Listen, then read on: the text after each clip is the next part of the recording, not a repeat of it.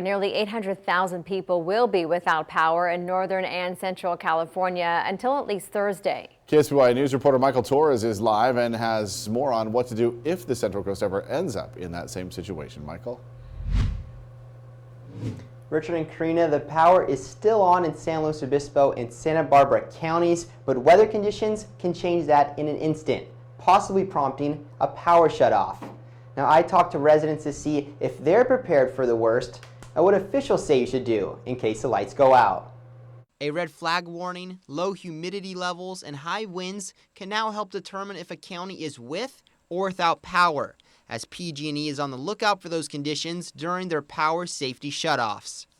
Power may be shut off without any notice, so it's really important that folks be prepared and have that emergency supply kit, have a family plan that really details where they'll go, who they'll contact if power does go down. But are San Luis Obispo County residents really prepared for an outage? No, not at all. For a couple of days, maybe, yeah. Okay. But as outside of that, no, definitely not prepared. I think we'll be okay if it's just 2 or 3 days, and we'll see what happens after that. A potential PG&E power shutoff could have more implications than expected in San Luis Obispo and Santa Barbara counties.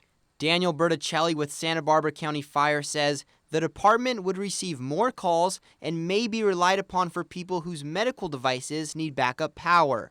A shutoff could also be a factor on the roads. Causing street lights to go down and traffic signals to go down might increase vehicle accidents in situations like that. Not only on top of that, but the power is being shut down because of critical fire weather, which will increase the chances of us actually getting vegetation fires. PG&E spokesman Mark Massesson says there are currently no plans for San Luis Obispo and Santa Barbara counties to have a power shutoff, but says things can change quickly.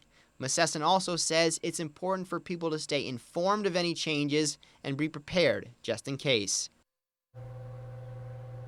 PG&E has listed tips for people to protect themselves during an outage. That includes closing your refrigerators and freezers, having food that doesn't require refrigeration, and turning off and disconnecting all of your appliances. Live in San Luis Obispo, Michael Torres, KSBY News. All right, Michael, thank you. Well, the city of San Luis Obispo's fire department is also giving tips on how to prepare for a public safety shutoff. They advise setting up an emergency plan with friends and family, charging all mobile phone devices and electric vehicles, and knowing how to manually open your garage door. Officials also advise to keep an emergency kit ready at all times. According to the Prepare for Power Down website, they say to stock your kit with non-perishable food, bottled water, flashlights, a radio, fresh batteries, first aid supplies, and cash.